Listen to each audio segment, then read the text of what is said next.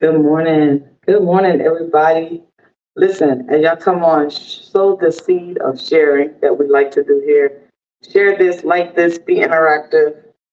Good morning. I'm slightly late this morning because I was in travel, but I dare not release what God has given unto me for Monday morning inspiration. So, everybody, come on, get somebody on with you. Hopefully, everybody's not at work yet, or you can catch this on the playback later and it still encourages you. But good morning and welcome to Morning Inspiration with none other than yours truly, Mrs. Fit for the Kingdom 365. Share this, like this, inbox it to somebody so that others can join us this morning to be inspired through the word of God this morning. Like share this, share this, share this, like this, like this, like this, tag, tag, tag, invite others. Do your add followers, your add highlights. I'm still learning how to do the add followers. I don't know. Sometimes I want to use it, sometimes I don't. But I want somebody to hear this morning and be encouraged in their spirit, to be encouraged in their spirit when faced with these type of situations. I'm still sharing too. I'm going to take my time. Hopefully my sound is okay. I am in the airport and I found a space that makes sense for me to be able to be quiet. So hopefully the sound is okay. Y'all let me know y'all can hear as y'all are getting on. Somebody let me know you can hear something by saying something in the comments. Y'all bear with background and all of the particulars this morning. They might not be to the excellence that I expect, but the content is here. So somebody let me know you can hear me. Welcome to those that are joining and coming on. Thank you to those that will join us. Thank you to those that are sharing. Thank you to those that are liking it. Thank you to those that are interactive with me on this in this space. But I'm truly happy today about this release for morning inspiration this morning. I dare not miss releasing it this morning. So come on in, tell somebody, give me some feedback in the comments. Only because I'm in an unfamiliar place, I want to make sure you can hear. I want to make sure the sound is okay. So those that are on, I see a few people on. Let me know that you can hear me. Let me know that you can hear. That'll be grateful. I'll be ever so grateful to you and forever indebted to you. Let me know you can hear. You got some sound, and it's okay. All right. I think we are okay. All right. Well, this morning, let me just encourage you because this isn't going to be long, but I do want to inspire us through the Word of God about things that we face in this life. I'm always here on Morning Inspiration. That's what we look to do. But this morning I want to talk to somebody about why in the world, why are they talking about me? Why are they talking about me? Um, that's the way I got it over this weekend. Why are they talking about me? Why do they have things to say about me? Why do they choose to have all the things we say? Why do they choose to have my name in their mouth? Why do they choose to scandalize my name? Why are they talking about me? And then I began to hear very clearly from the Lord, like when we worry about whether people are talking about us, what they are saying about us, or what they have to say, I got happy in my spirit because it is all right for people to talk about you. It's all right for people to have something to say about you.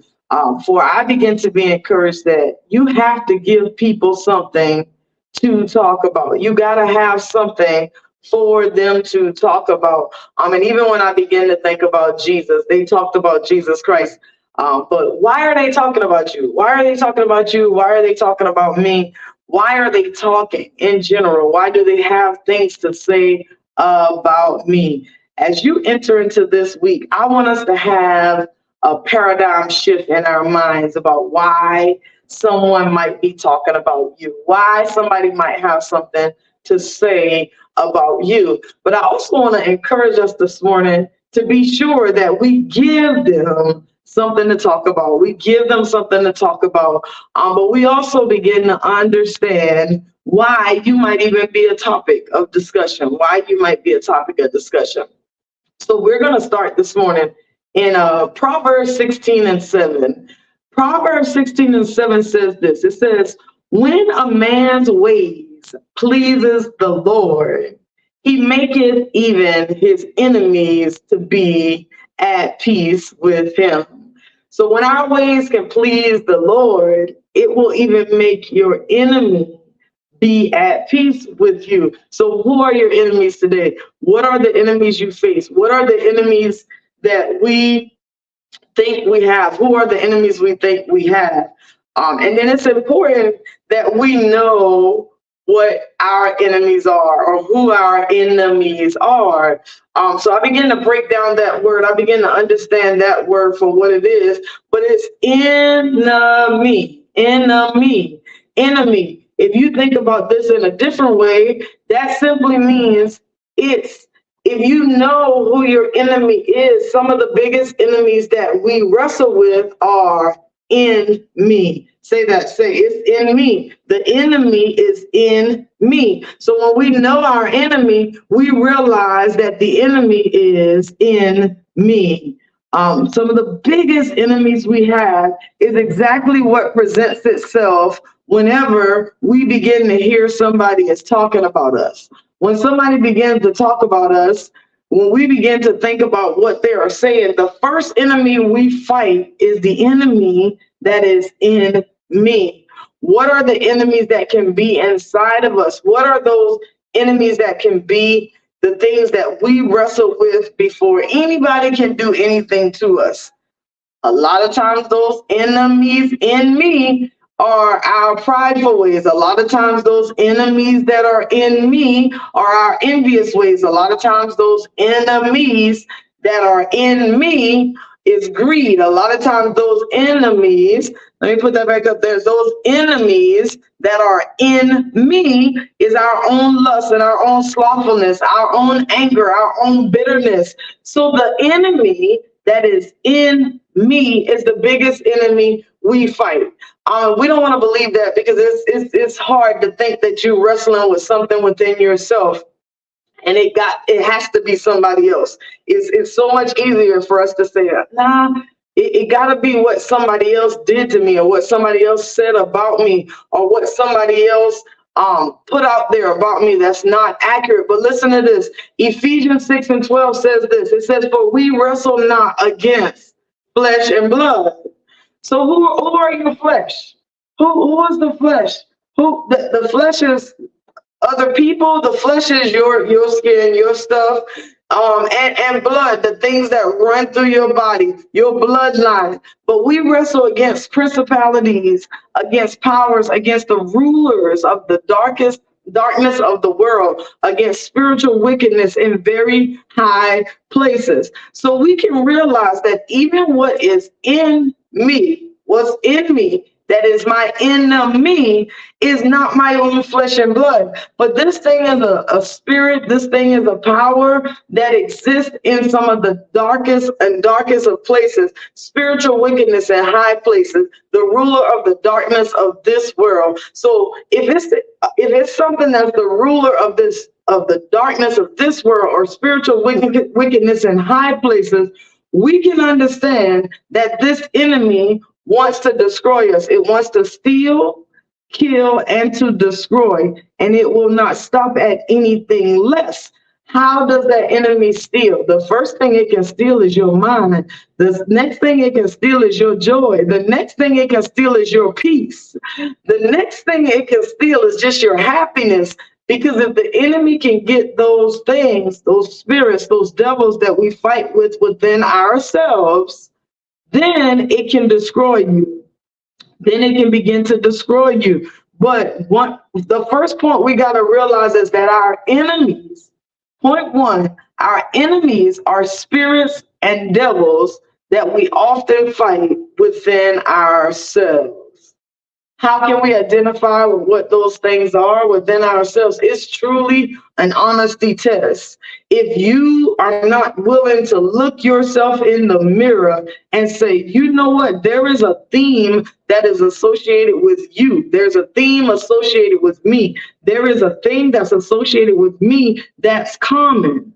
In every situation that I'm in or everywhere that I go, this same thing comes back to life because it's in me. The enemy is in me. It requires you to be honest with yourself. It requires us to be transparent about who we are. It requires us to be okay and vocal about what we wrestle with, and not point the finger or not look to blame it on someone else, but to start with the person that we see in the mirror and understand the character traits as well as the character flaws of ourselves. So it's in me. It's in me. We must know our enemy. We must know our enemy. And when I begin to think about enemies or things that we wrestle with, I named some of these earlier, things that we wrestle with. And for the most part, we don't even want to talk about them because it's an enemy. And because it's an enemy, it's ugly. It's a trait we don't like about ourselves. But here's the thing, know the enemy. Know whether your devil is pride. Know whether your devil is greed. Know whether your devil is gluttony. Know whether your devil is envy. Know whether your devil is anger. Know whether your devil is slothfulness or laziness. Know whether your devil is lust. So it's always hard to hear that somebody else uses those things to describe you. But when we can begin to describe ourselves with those things, then we are beginning to recognize who the enemy is. What is the enemy in our life? So point number one, our enemies are spirits and devils we fight within ourselves. And so whatever they're talking about, whatever they're saying about you, know it from within yourself. Know whether it's existing within yourself. Proverbs 6:16-19 says this, these 6 things does the Lord hate. 7 are an abomination unto him. What are those things? A proud look, a lying tongue, hands that shed innocent blood, hearts that devises wicked imagination, feet that swift to run to mischief. Ooh, run to mischief. They running to get into trouble.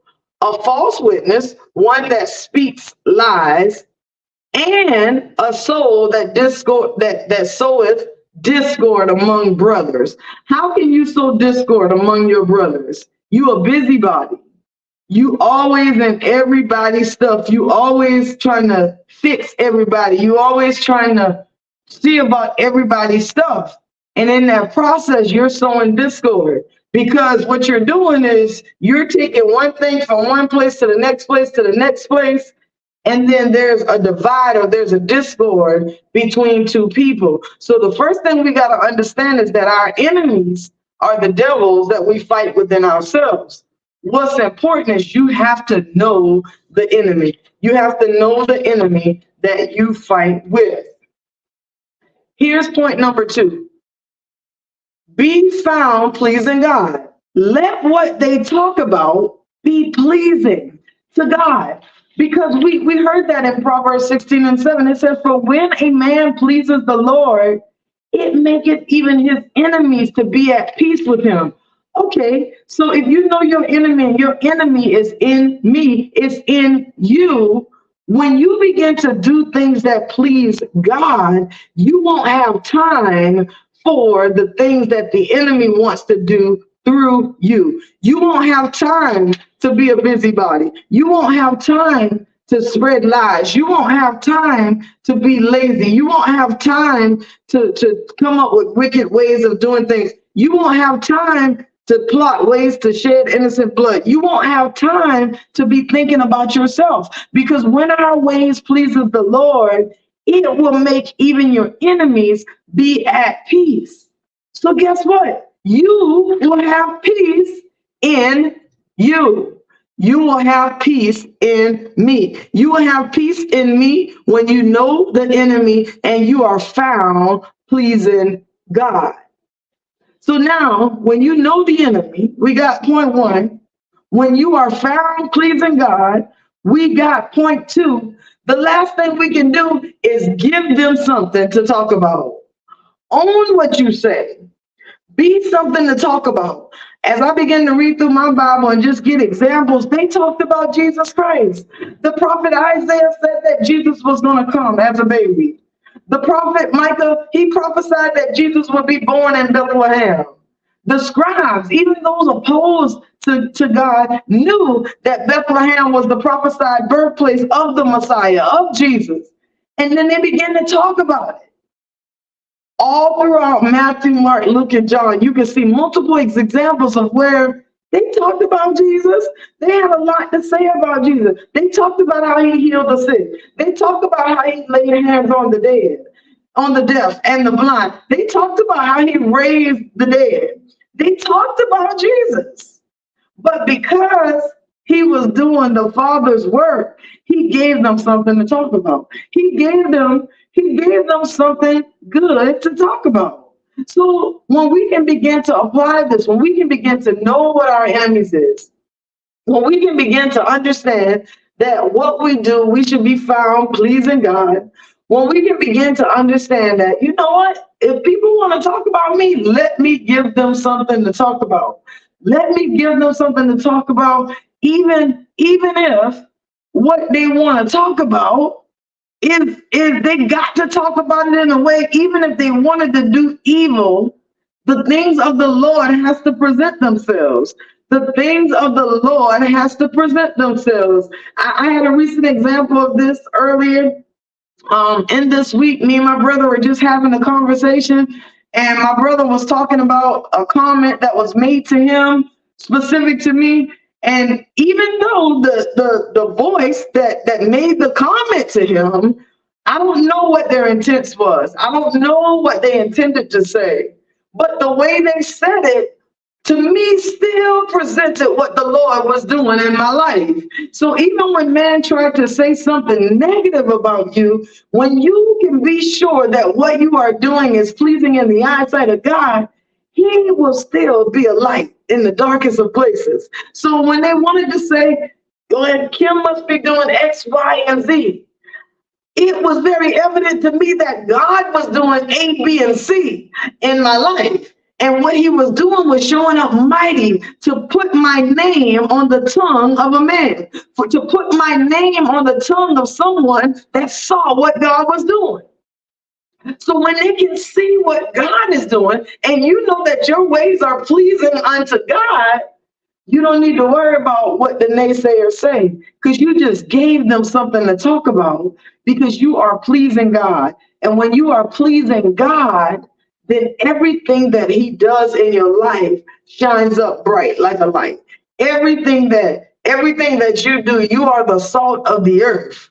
And so if they're not talking about you, that's when you should be concerned. We should be very concerned if there's not something to talk about.